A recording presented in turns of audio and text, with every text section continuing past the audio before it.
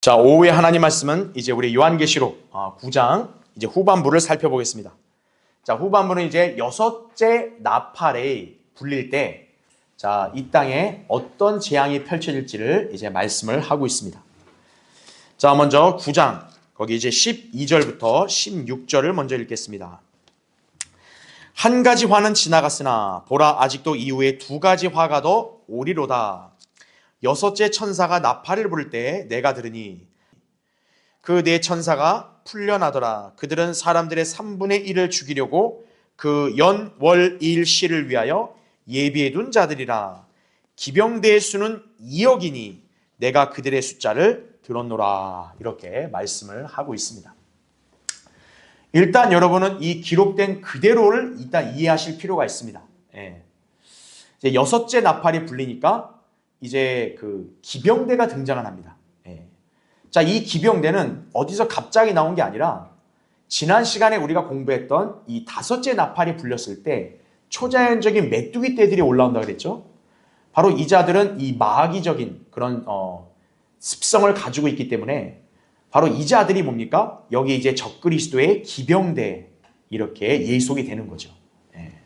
그러니까 다 어떻게 보면 이어져 있다. 그렇게 이해하시면 됩니다. 자, 먼저 1번을 보시죠. 한 가지 화는 지나갔으나 아직도 이후에 두 가지 화가 더 오리로다 이거죠. 한 가지 화라는 것은 다섯째 나팔을 가리키는 거죠. 일단 다섯째 나팔이 불려서 메뚜기 떼들의 습격을 받았습니다. 그렇죠? 이 초자연적 메뚜기들은 딱 이렇게 꼬리로 사람을 쏘죠. 그렇게 전갈이 쏘는 것 같은 고통을 5달 동안 준다고 이렇게 말씀을 하고 있습니다. 이제 두 가지 화. 그래서 두 가지 화는 이제 여섯째 나팔과 일곱째 나팔을 가리키겠죠. 그렇죠? 지금 이제 12절부터 21절까지가 여섯째 나팔이고 일곱째 나팔은 바로 나오지 않고요. 11장에서 나옵니다. 왜냐하면 이제 10장, 이제 우리가 다음 시간에 공부할 이 10장도 우리가 전에 7장 공부할 때 여섯째 봉인 다음에 일곱째 봉인이 안 나왔잖아요. 삽입이 됐잖아요. 그와 똑같은 구조예요. 여기도 이제 일곱째 나팔이 나오기 전에 일단 성령님은 한 사건을 중간에 삽입을 하십니다. 그래서 일곱째 나팔은 한 장을 건너뛰어서 11장에서야 나오게 된다는 얘기죠.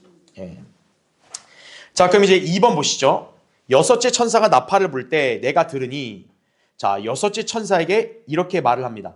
큰 강 유프라테스에 결박하여 놓은 네 천사를 풀어주라. 이렇게 나오죠. 그렇죠?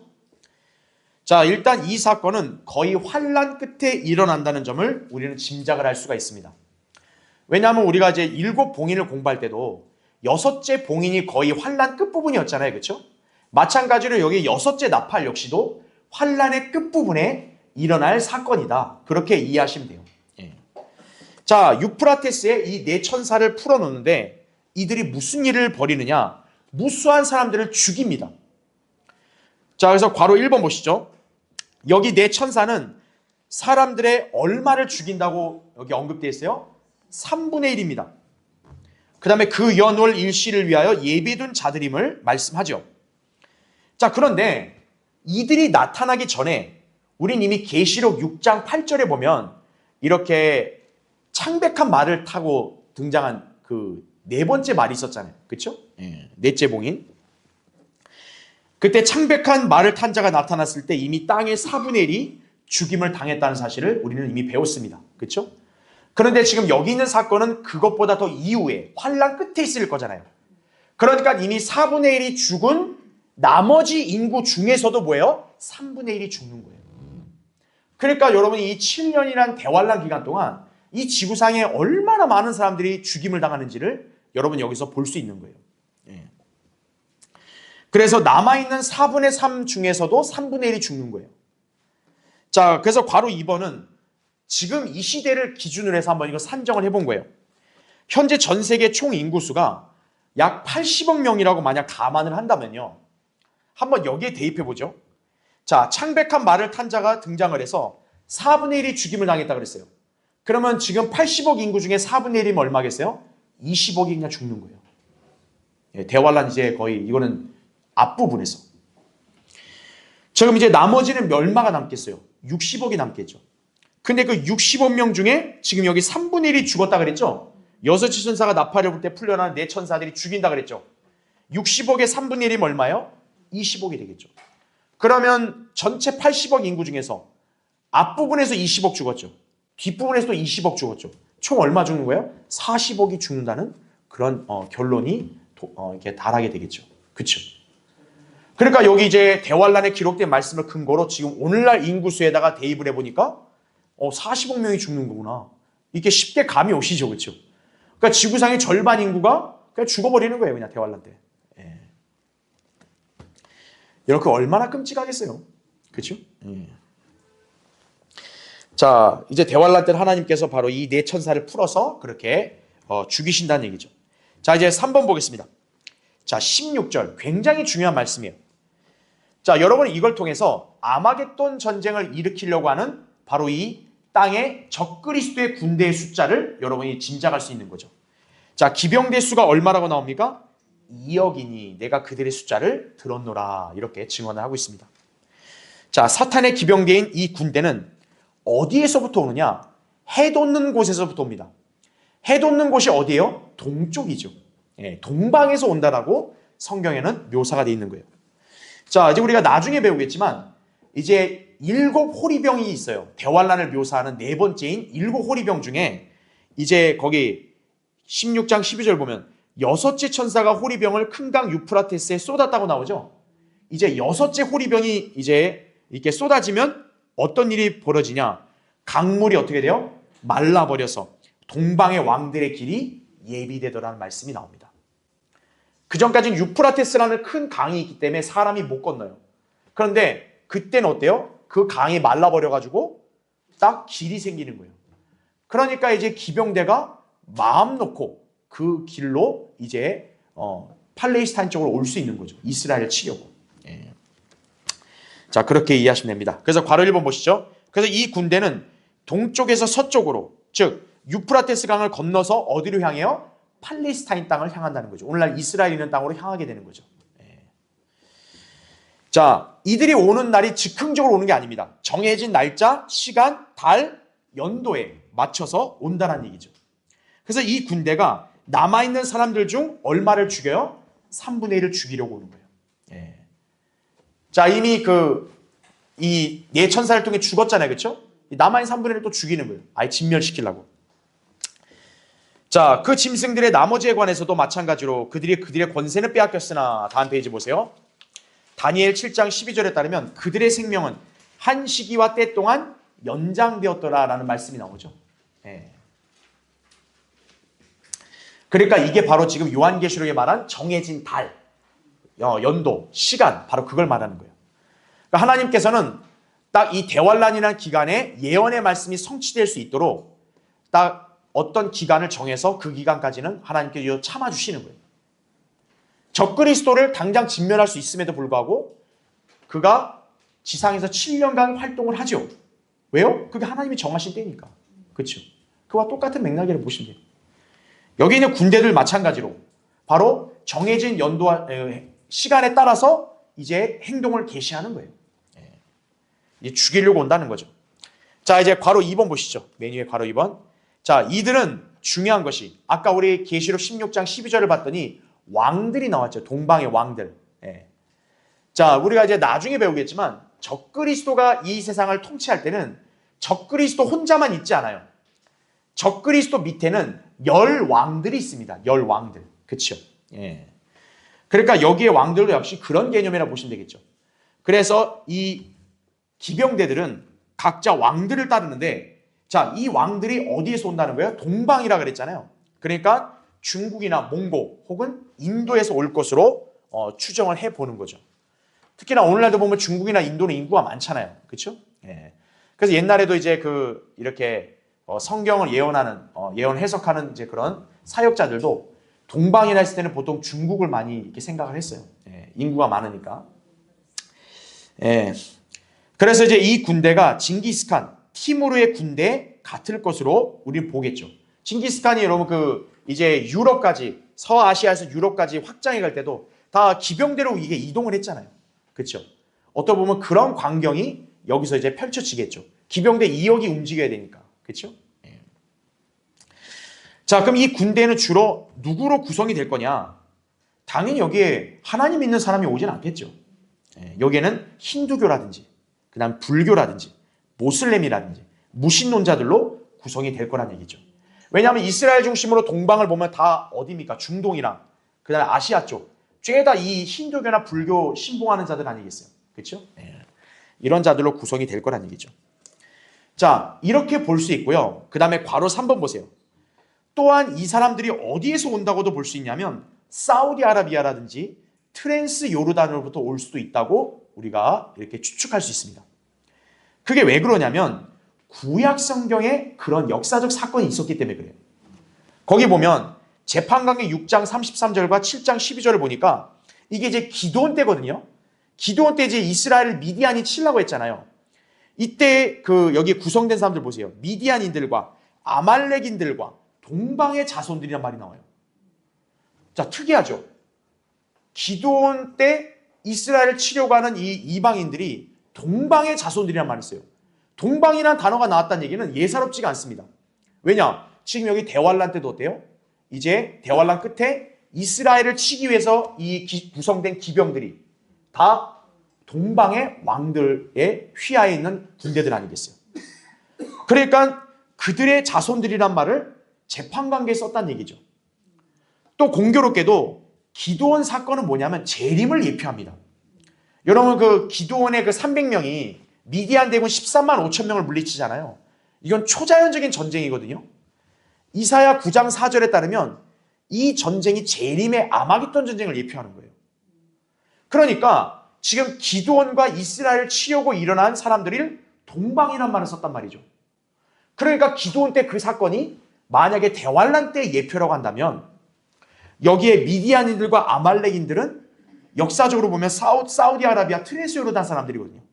그러니까 이들이 온다라고도 볼 수 있는 거예요. 만약 성경의 용례로 본다면. 어쨌든 이들의 위치도 이스라엘과 비교해보면 동쪽이거든요. 동방에서 오는 거예요. 전부 다. 그렇죠? 또 재판관계 8장 10절에는 동방의 자손들이 이스라엘을 치려고 올라왔었다는 얘기죠.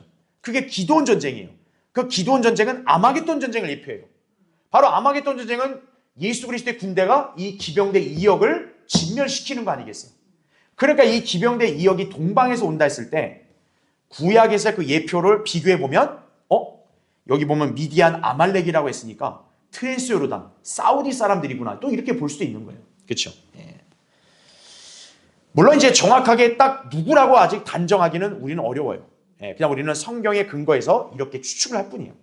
일단 위치상으로는 동방이라고 했으니까. 그렇죠? 일단은 이제 중동과 아시아 쪽이겠죠. 그렇죠? 그 다음에 괄호 4번 보세요. 그런가 하면 창세기 14장 1절과 29장 1절에 근거하면 그들은 어디에서도 올 수 있다고 해요? 시리아, 이라크, 이란으로부터도 올 수 있다는 거죠. 지금 공교롭게도 지금 이스라엘을 이란이 굉장히 대적을 하고 있단 말이에요. 아직은 좀 때가 약간 이렇게 이른 것이 지금 이렇게 지금 이라크는 어쨌든 이제 미국의 관장하에 들어갔으니까 지금 이제 사우디나 이렇게 다른 그 트랜스요르단 같은 나라들은 아직 이스라엘을 대적하진 않아요. 지금 미국과 이스라엘 편에 서 있거든요. 이 중동들이. 그러니까 지금 이제 그래서 이제 이란이 지금 이렇게 막 미사일 날리면서 최후의 발악을 할 때 다 이렇게 카타르라든지 이런 나라들을 막 공격을 했잖아요. 그게 왜 그러냐면 이 나라들이 자기네 편은 안 들고 지금 미국과 이스라엘 편 들기 때문에 여기 동맹이라 해가지고 지금 이들한테 화풀이 한 거거든요.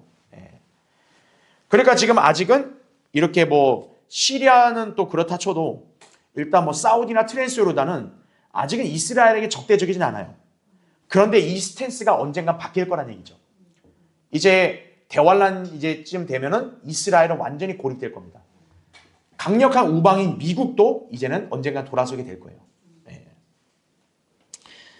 자, 그렇게 된다면 이제 이 동방의 군대들, 이 군대들이 여기 시리아, 이란으로부터 올 수 있다는 거죠. 또 여기에서 이제 동쪽으로 더 나아가 보면 파키스탄, 아프가니스탄, 방글라데시, 인도, 중국, 북한, 일본, 인도 차이나 반도에서도 온다고 볼 수가 있겠죠. 그렇죠? 다 하나로 묶이는 거죠. 왜냐 아시아 쪽이니까. 그렇죠? 자, 이렇게 해서 결국 기병대가 형성이 돼서 이스라엘을 치려고 올 것이라는 얘기죠. 그래서 이들 때문에 무수한 사람들이 죽임을 당하고 그 다음에 그 죽임 당한 것부터 남아있는 사람들조차 죽이려고 이렇게 올 때 예수 그리스도가 이제는 재림하셔서 아마겟돈에서 이들을 진멸하시겠죠. 그렇죠. 그 점은 이제 나중에 우리가 보기로 하고요. 자, 괄호 5번 보세요. 한편 선지자 요엘은 이 군대를 가리켜서 뭐라고 얘기했습니까? 북방 군대란 말을 썼어요. 요엘서 2장 20절에. 이건 제가 예전에 요엘 선지서 강의할 때 자세히 여러분에게 설명드린 적이 있으니까 여기서 생략을 합니다. 자, 요엘은 2장에서 두 개의 군대를 대조해서 설명했어요. 2장 1절부터 11절은 주의 군대, 2장 20절은 북방 군대라고 얘기했습니다. 많은 주석가들은 그게 똑같은 줄 알아요. 아니에요. 2장 1절부터 11절까지 주의 군대는 누구를 가리키냐? 말 그대로 우리 그리스도인들과 예수 그리스도를 가리키는 거예요. 네. 주의 군대죠, 우리가. 그거와 반대해서 이 북방 군대는 적그리스도의 군대를 가리키는 거예요. 바로 이 북방 군대가 여기 나온 기병대라고 여러분이 이해하시면 된다는 얘기죠. 그렇죠? 그래서 이 군대의 수장인 적그리스도가 하늘에서 내려올 초자연적인 주의 군대에 맞서서 역시 흉폭한 2억의 기병대를 준비할 것이라는 얘기죠. 네. 제가 다니엘 강의할 때도 한번 설명한 적이 있는데 이제 대환란 끝 무렵쯤에는 적그리스도가 번민에 빠집니다. 왜 번민에 빠지냐면 적그리스도는 지금 뭔가 저 천체에 엄청난 변혁이 일어난 걸 감지하고 바로 그게 뭐냐면 이제 주님이 군대를 이끌고 재림하시려는 거거든요. 그거를 감지하기 때문에 어떻게 하냐? 적그리스도도 거기에 대비하기 위해서 군대를 형성하는 거죠. 그게 바로 기병대 군대라는 얘기죠. 그러니까 이 기병대가 등장한다는 얘기는 이 대환란이 끝에 왔다는 얘기예요. 끝에 와서 이제 이들이 예루살렘을 포위하고 공격하려고 할 때 이제 아마겟돈에서 예수 그리스도가 이들을 진멸하실 거란 얘기예요. 그게 환란 끝이겠죠. 그렇죠? 자, 그렇기 때문에 여기 여섯째 나팔도 뭐예요? 환란 끝부분에 일어날 일이다. 여러분이 그렇게 이해하시면 되겠습니다. 자, 이제 9장 17절부터 21절 보겠습니다.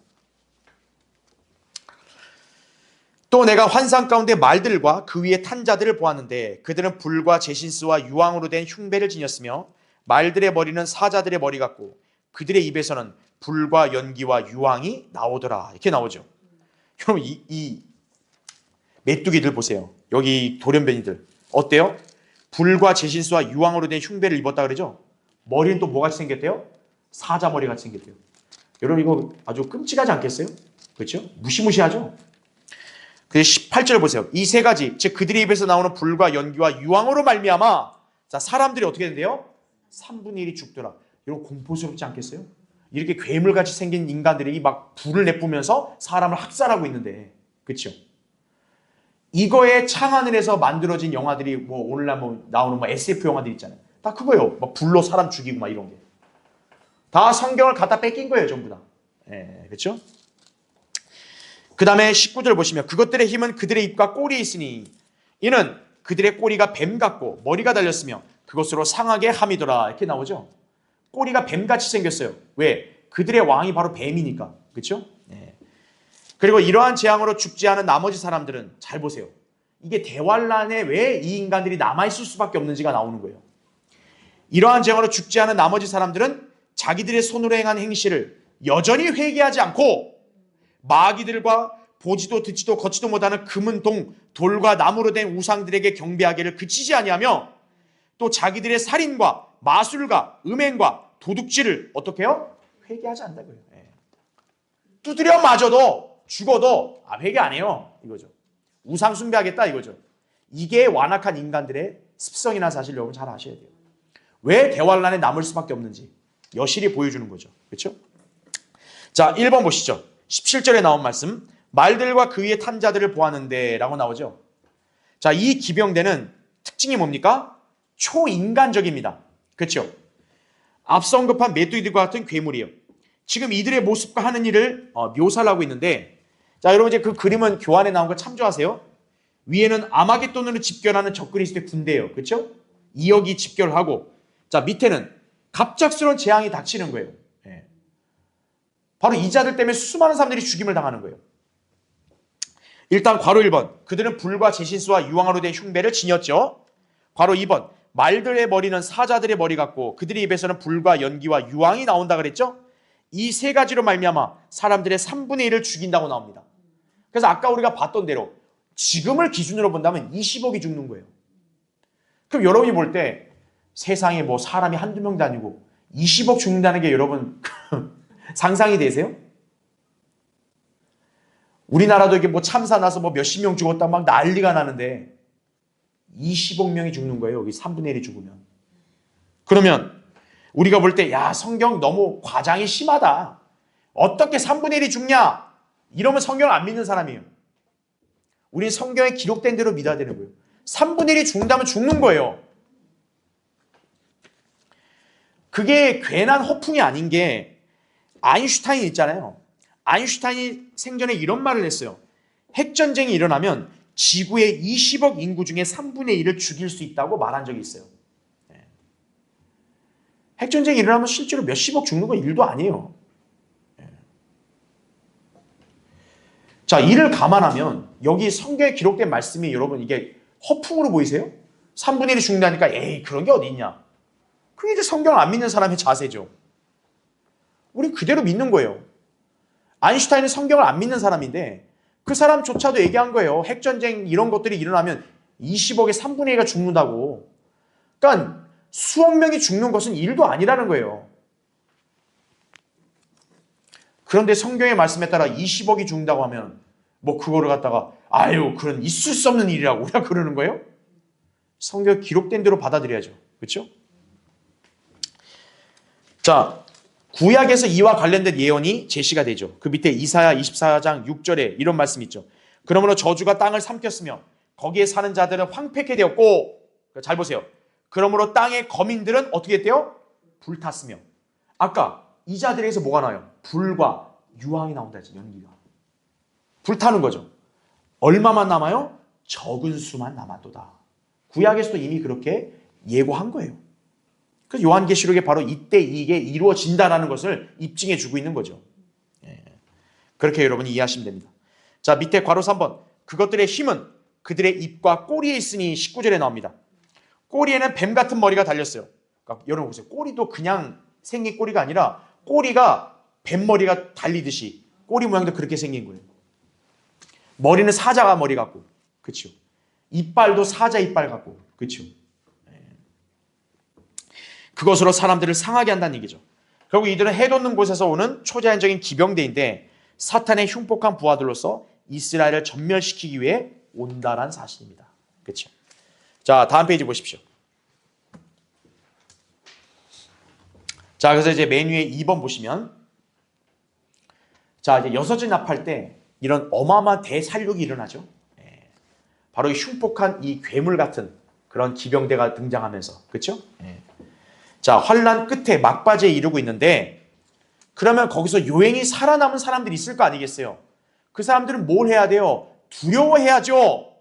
근데 그게 아닙니다. 2번 보니까 나머지 사람들이 회개하지 않는데 오히려 뭘 한대요?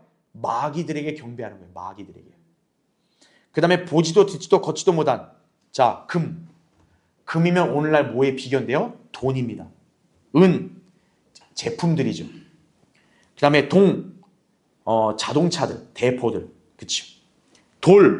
돌로 만들어진 건 집들이죠. 그 다음에 나무, 가구죠. 자, 이와 같은 것들만 붙드는 거죠. 그러니까 이것들을 마치 뭐처럼 붙드냐? 우상들처럼 붙드는 거예요. 예. 난 이게 있다 이거예요. 이게 이렇게 어지럽고 위험해도 난 요게 있어 이거죠. 예. 나는 집이 있어. 나는 자동차가 있어. 이거죠. 나는 돈이 있어 이거죠. 예. 그러면서 어때요? 우상들에게 경배하는 거예요. 예. 바로 뭐냐면 이거를 아주 굉장히 신성시하고 그리고 실제로 형상들에게 경배하는 거예요. 예. 하나님을 찾는 게 아니라 어때요? 형상들을 계속 붙들며 경배하는 거예요. 예. 아이고 살려주십시오. 아이고 살려주십시오. 이거죠. 예. 그게 소용이 있을까요? 아무 소용이 없죠. 그래서 이들은 어떻습니까? 여전히 안정, 화합, 통합을 추구하는 거예요. 이게 딱 누가 하는 스탠스냐면 카톨릭과 공산주의가 하는 이 스탠스거든요. 예. 통합, 안정. 이걸 추구하고 하나님께서 그들을 죽게 하신다는 사실을 그냥 망각할 뿐인 거예요. 그러니까 그렇게 하면 더 끝장나고 죽는다는 걸 알면 그만해야 하잖아요. 그만 안 해요, 인간은. 여러분, 인간이 얼마나 참 이렇게 고집스럽고 완악한 존재냐면요. 좀 한 대 맞으면 주님 잘못했습니다. 안 하겠습니다. 그래야 되는데 하고 또 해요. 그럼 주님이 또 한 번 때려. 하고 또 해요. 나중에 뭐냐? 이제 아주 맷집이 생겨가지고 에라이 모르겠다. 때리세요 그냥. 이러고 그냥 계속 가는 거예요. 인간의 본성이 그렇다니까요. 대환란에 남아있는 죄인들은 이렇게 되는 거예요. 여러분이 이런 사람들하고 이 땅에서 계속 살아본다 생각해보세요. 살고 싶으세요? 예수 그리스도를 믿고 구원받은 것이 얼마나 감사한 일인지를 여러분은 늘 기억하셔야 돼요. 우리는 이런 꼴을 안 봐요. 그 전에 우리는 하늘로 올라가는 거죠. 자, 3번 보시죠. 21절에 자기들의 살인과 마술과 음행과 도둑질을 회개하지 아니하더라. 이렇게 나오죠. 둘째 화의 재앙으로 죽지 않은 나머지 사람들의 완악함을 보여주는 거예요. 자기들이 뭔 죄를 지었으면 그게 죄라는 거 알고 회개해야 되는데 죄라는 걸 이제 모르는 거예요. 대환란에 남아있는 사람들은. 이게. 자, 보시죠. 괄호 1번에. 자, 살인이라는 건 여러분 잘 이해할 수 있어요. 마술. 아니, 마술이 도대체 뭐길래 여기에는 이렇게 엄청난 죄로 나왔냐. 이 마술이란 단어는 독특한 낱말입니다. 이 낱말이 어디에서 유래했냐면 헬라어의 약학이란 단어에서 유래한 거예요. 약을 제조하는 거에서 나온 거예요. 그래서 문자적으로 여기서 마술이란 건 무슨 뜻이냐면 약들을 사용한다는 뜻입니다. 여러분 딱 오늘날 연상되는 거 없어요? 마약이죠. 약을 사용한다 그러잖아요. 마약. 그렇죠? 사람들이 계속해서 약들을 사용한다는 걸 얘기하는 것이고 오늘날을 보면 바로 마약과 연관이 있는 거죠. 그러니까 이 마약을 하면 사람이 마술에 심취하듯이 제정신이 아닌 거예요. 그런 단어로 여러분이 이해하시면 됩니다. 그 다음에 괄호 2번. 경배란 단어 나오죠. 이 자들은 우상들에게 경배를 한다는 말을 씁니다. 경배 역시 흥미있는 낱말이에요. 왜냐하면 자 밑줄을 친 거 보시면 신약 어디에서나 사람들이 몸을 굽혀서 어떤 거에 뭐 하는 행위요? 입 맞추는 게 경배입니다. 그거를 의미하는 거예요. 경배는. 그러니까 동그라미 1번 보시죠. 마태복음 28장 9절에는 여인들이 예수님의 발을 붙들고 경배한다는 말이 나와요. 이런 경배는 단순히 주일 예배에 참여하는 그 차원이 아니고 이 여인들은 자기 몸을 굽혀서 예수님 섬기는 예수님을 향해서 입을 맞춘 거예요.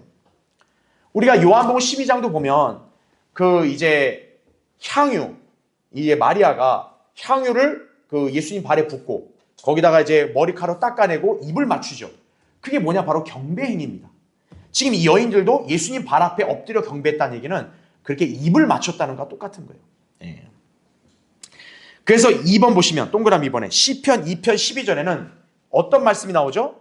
그 아들에게 입 맞추라는 말이 나옵니다. 바로 이게 뭐냐면 아들이신 예수 그리스도께 경배하라는 뜻이에요. 사실 이게. 그러니까 그렇지 않으면 그가 어떻게 한다? 노하실 것이다. 이게 재림 때 있을 예언인 거죠. 아들이신 예수 그리스도께 경배하지 않고 이렇게 우상들에 경배한다. 그러면 진노하시는 거죠. 그래서 재림 때 멸망하는 거예요. 자, 동그라미 3번 보시면 선지자 엘리야 때 하나님께서는 당시 낙심한 엘리야를 위로하시면서 이렇게 말씀하셨어요. 거기 열왕기상 19장 18절에 이런 말씀 나오죠. 그러나 내가 나를 위하여 이스라엘에 아직 7,000명을 남겨두었나니. 자, 그 7,000명이 누군지 보세요.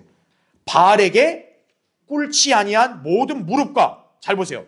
바알에게 모하지 아니한 입이라고요? 입 맞추지 않았다 이거죠. 바알이라는 우상한테 입 맞추셨다는 얘기는 뭐냐? 경배를 뜻하는 거거든요. 그러니까 바알에게 경배하지 않은 사람들이다라는 얘기죠. 바로 이들이 하나님의 편이라는 거죠. 엘리야와 같은 편이라는 거죠. 하나님은 그들을 예비해놨다 이거죠. 그러니까 바알 숭배를 바알에게 입 맞추는 것으로 묘사하고 있죠. 그러니까 여기 우상들에게 경배한다는 얘기는 입 맞추는 행위와 연관이 있다. 그렇게 이해하시면 됩니다. 자, 동그라미 4번 보세요. 유다 이스카리옷 역시 입 맞춤에 유명한 그런 인물이죠. 예수님을 속이려고 이렇게 이 예수님 붙잡으러 온 이 군인들한테 내가 입 맞추는 사람이 예수니까 잡으라. 이렇게 해서 예수님한테 가서 입을 맞춘 거거든요. 거짓 입 맞춤입니다. 자, 유다 이스카리ot은 적그리스도죠. 적그리스도가 입 맞춤을 합니다. 그렇죠? 바로 이 적그리스도로 대변되는 교황들이 오늘날 뭐 하고 있어요? 입 맞추는 행위하죠. 교황이 어떤 나라의 땅에 내리면 땅에다가 키스를 합니다. 그게 뭐냐면 이게 내 거란 의미거든요. 예. 그리고 카톨릭 교도들은 어때요? 교황한테 다 키스를 하잖아요. 그게 왜 그러냐면 바로 그 입 맞춤이 경배를 상징하는 거예요. 그러니까 교황은 지금 자기 신도들에게 뭘 받는 거예요? 경배를 받는 거예요. 하나님만이 경배를 받아야 되는데 자기가 받고 있는 거예요. 그 입 맞춤이라는 게. 자, 그러면 현재는 교황이 입 맞춤을 받고 있지만 앞으로 대환란 때는 어때요? 수많은 사람들이 적그리스도에게 경배하겠죠. 예. 그래서 적그리스도에게 어떻게 보면 어때요? 경배, 입 맞추는 형태. 그게 뭐와 관련 있는 거냐? 바로 표와 관련이 있는 거예요. 표. 예. 적그리스도에게 경배한 사람들은 그래서 뭐를 받아요? 다 표를 받는 거예요. 표. 예. 자, 여기 잠깐 한번 보죠. 여기. 예. 자, 이 입맞춤은 어떻게 보면 이제 경배 행위라는 거죠. 이게 어떻게 보면 이건 진짜 신성 모독이에요. 사실은. 예. 이게 이제 인간이 하게 되면 받으면 신성 모독이 되는 거죠. 자, 이 입맞춤이 대환란 때는 바로 뭐와 연관이 있느냐? 바로 적그리스도의 표와 연관이 있다는 거예요.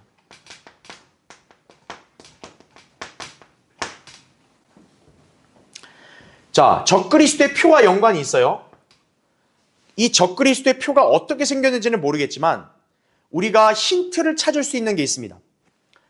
이 적그리스도와 그의 왕국을 상징하는 동물이 있어요. 뭔지 아시는 분? 예, 표범이죠, 표범. 예.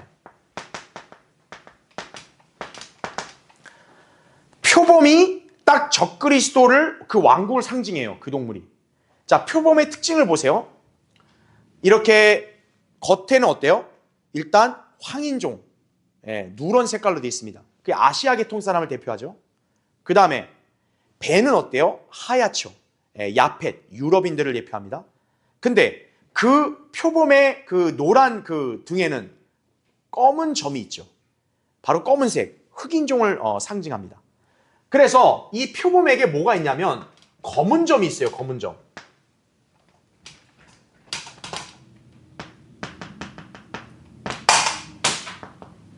검은 점. 그럼 이 검은 점이 어떻게 생겼느냐? 예, 놀랍게도 입술 모양 같이 생기는 거예요. 내 입술을 잘 못 그리겠지만 이건가? 이거? 예, 안 되겠다. 예. 자, 그러니까 어쨌든 입술 같이 이렇게 생긴 거예요, 이게. 예. 바로 그 검은 점, 그것이 어떻게 보면 적그리스도의 이 표를 상징한다라고 여러분이 이해하시면 되는 거예요. 예. 자, 그래서 어떤 일이 벌어지느냐? 이 적그리스도의 표를 받은 사람들이 나중에 우리가 요한계시록 16장 보면 호리병을 볼 때 그들의 몸에 헌대가 난다 그래요. 그게 바로 문둥병이거든요. 예. 바로 이 검은 점, 입술과 같은 것을 딱 그 받은 사람들 어떻게 되는 거예요? 그 몸에 헌대가 나는 거예요. 예. 이제 그건 우리가 나중에 호리병 때 자세히 공부를 할 거예요. 그래서 지금 제가 얘기한 게 뭐냐? 입맞춤입니다. 바로 이거는 경배 행위와 관련이 있는 거예요. 그래서 왜 적그리스도의 표를 받느냐, 대환란 때는. 그게 이제 적그리스도한테 경배하는 사람들이란 뜻이에요, 그게. 예. 그래서 예표적으로 뭡니까? 엘리야 때. 바로 엘리야 때 바알에게 무릎 꿇고 바알에게 입맞춘 인간들이 엘리야를 대적했죠.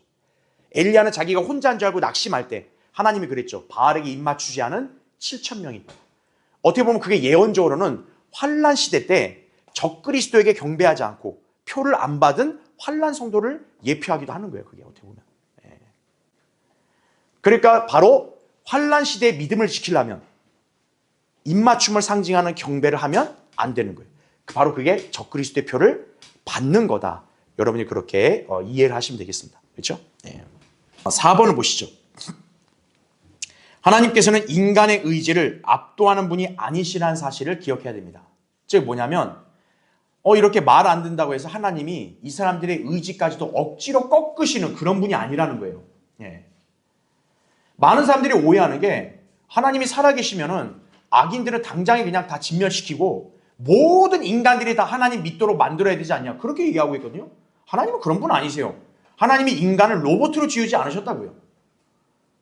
하나님이 인간의 의지를 그분이 알아서 직접 바꾸시고 꺾고 이게 아니에요. 인간은 스스로가 선택을 할 수 있는 거예요. 대환란에 남아있는 인간들이 왜 남아있는 거예요? 자기가 선택한 거예요. 자기 예수 그리스도를 거부하고 죄악을 선택했기 때문에 남아있는 거예요. 대환란 때. 예. 자, 지상에 수많은 사람들이 죽임을 당하고 있어요. 그렇죠? 3분의 1이 죽었단 말이에요. 남아있는 사람 중에서도. 그런데 그들은 어때요? 여전히 자기 되기를 계속 갑니다. 그 재앙들을 어디에다 갖다 붙이냐? 우연한 사고. 야, 저 사람들은 운이 안 좋았어. 야, 나는 운이 좋아가지고 이렇게 살아남은 거다 이거지. 예? 그런 식으로. 기상이변. 야, 저쪽에 기상이변 나서 그렇게 재난 때문에 죽은 거야. 아, 내가 사는 데는 안 나서 안 죽은 거야. 이거죠. 뭐 이렇게 치명적 타격, 대수롭지 않은 불운, 이렇게 이 사람들은 그것을 치부해버리고 하나님의 인자하심과 자비를 무시해버리는 거예요. 예. 그게 바로 이 구원받지 않은 완악한 죄인들의 특징이나 사실 아셔야 돼요. 그러니까 대환란 때 이런 끔찍한 재앙을 그들은 당하는 거죠. 자, 다음 페이지 보세요. 그러니까 여러분 이제 로마서 2장 3절부터 5절까지의 말씀을 여러분이 이제 잘 참조해서 읽어보시면 됩니다. 그러니까 완악한 죄인들은 야, 내가 이거 해도 뭐 문제가 없네? 이거죠. 그럼 이거 하고 해도 내가 한들 뭘 어때? 이거거든요. 바로 이런 사람들의 경고하는 거예요. 네가 하나님의 심판을 피할 줄 생각하느냐? 이거죠. 아니면 내가 그분의 선하심이 너를 회개하도록 인도하심을 알지 못하냐? 이거죠. 하나님이 왜 가만 놔둘까요? 하나님이 자비로우시니까 가만 놔두는 거예요. 회개하라! 기회를 주는 거죠. 하나님이 힘이 없어서가 아니에요. 하나님이 물러 터지셔서 그런 게 아니에요. 회개하기를 원하시는 거예요, 하나님은. 그게 하나님과 우리 인간의 차이입니다. 인간은 복장 터지면 그냥 당장 끝내버리십시오. 이렇게 얘기하는 게 인간의 심성인데 하나님은 그렇지 않으신 거예요. 하나님은 참으시는 거예요. 끝까지 회개하기를 원하시는 거예요. 그래서 주님이 아직은 오시는 걸 잠깐 유보하신 거예요. 아직도. 그런데 하나님의 참으심은 영원히 가는 거 아닙니다. 이제 때가 되면, 교회가 휴거되면 이제는 끝나는 거예요. 대환란 때 남아있는 사람들은 이제 이런 꼴을 당해야 되는 거예요. 자, 이제 결론적으로 요한계시록 8장과 9장은 대환란에 관해 묘사하는 7나팔 중에 6째 나팔까지 다루면서 장차 일어날 재앙들을 언급하고 있다 이거죠. 인류 역사상 참으로 끔찍하고 무시무시한 대재앙과 고통이 발생을 하는데 놀랍게도 인간들은 회개하기는커녕 어때요? 끝까지 완악하게 굴며 하나님을 모독을 합니다. 나중에 우리가 16장 공부하면 알겠지만 그 호리병 때도 역시 똑같아요. 이런 재앙을 당하는데도 하나님을 모독해요. 오히려 하나님을. 예. 오늘날도 어때요? 자기 인간을 힘들면 막 욕하잖아요. 막 하나님을 두고. 그렇죠? 그러니까 똑같은 거예요. 인간들이. 자, 우리가 받는 교훈은 명백합니다. 하나님께서 사람들을 수없이 상대하셔서 그들을 때리고 죽이고 불구자로 만든다고 해도 그들이 온전해지기를 원치 않으면요, 온전해지질 않는 거예요. 어떤 압력도 그들의 의지를 굴복시키지 못할 것이란 얘기죠.